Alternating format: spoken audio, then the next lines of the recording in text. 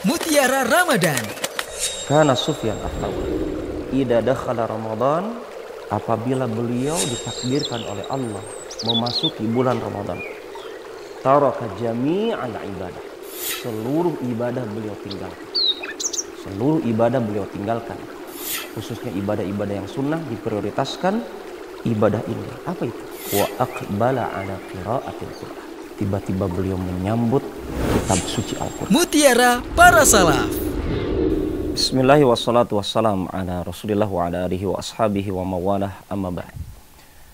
Para pemirsa sahabat Mu'ad TV yang dimuliakan dan dirahmati oleh Allah Subhanahu wa taala, di antara mutiara salaf yang dapat kita petik pada kesempatan kali ini bersumber dari ungkapan indah seorang ulama, Imam Ibnul Qayyim Al-Zawjiyah rahimahullah ta'ala.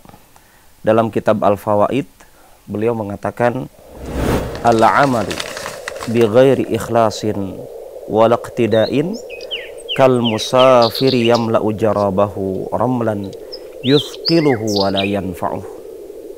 Artinya, suatu amalan tanpa dibarengi keikhlasan dan tanpa mengikuti contoh dari Nabi Muhammad SAW, seperti seorang musafir memenuhi kantong perbekalannya dengan kerikil.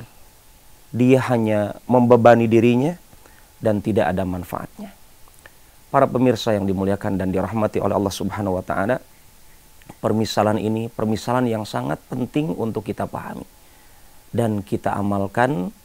Pelajarannya adalah betapa banyak di antara kita mungkin ada yang capek siang malam beribadah, baca Quran, sholat malam, sholat tarawih, saum sehari penuh, kemudian juga sedekah jutaan, miliaran, tapi tidak ada ikhlasnya, tidak ada mencontoh sunnah Nabi. Seperti orang yang mengadakan perjalanan safar. Kita tahu namanya safar itu memberatkan, letih. Tiba-tiba letihnya perjalanan ditambah bawa bekal bukan makanan, bukan minuman. Kerikil, membebani hidupnya, tidak ada gunanya. Di sini kita dapatkan pentingnya memahami syarat diterimanya amal kita di dunia. Yang pertama adalah al-ikhlas, yang kedua adalah mengikuti sunnah Nabi. Ikhlas adalah berusaha menjaga niatan hati kita karena Allah Subhanahu wa ta'ala. Dan yang kedua, mutaba'ah, bagaimana kita berusaha mencontoh Nabi Muhammad alaihi salatu wassalam. Tidak cukup hanya mengikuti Nabi tapi tidak ikhlas, dan tidak cukup juga bermodalkan niat baik, hanya modal ikhlas tapi tidak mengikuti sunnah Nabi.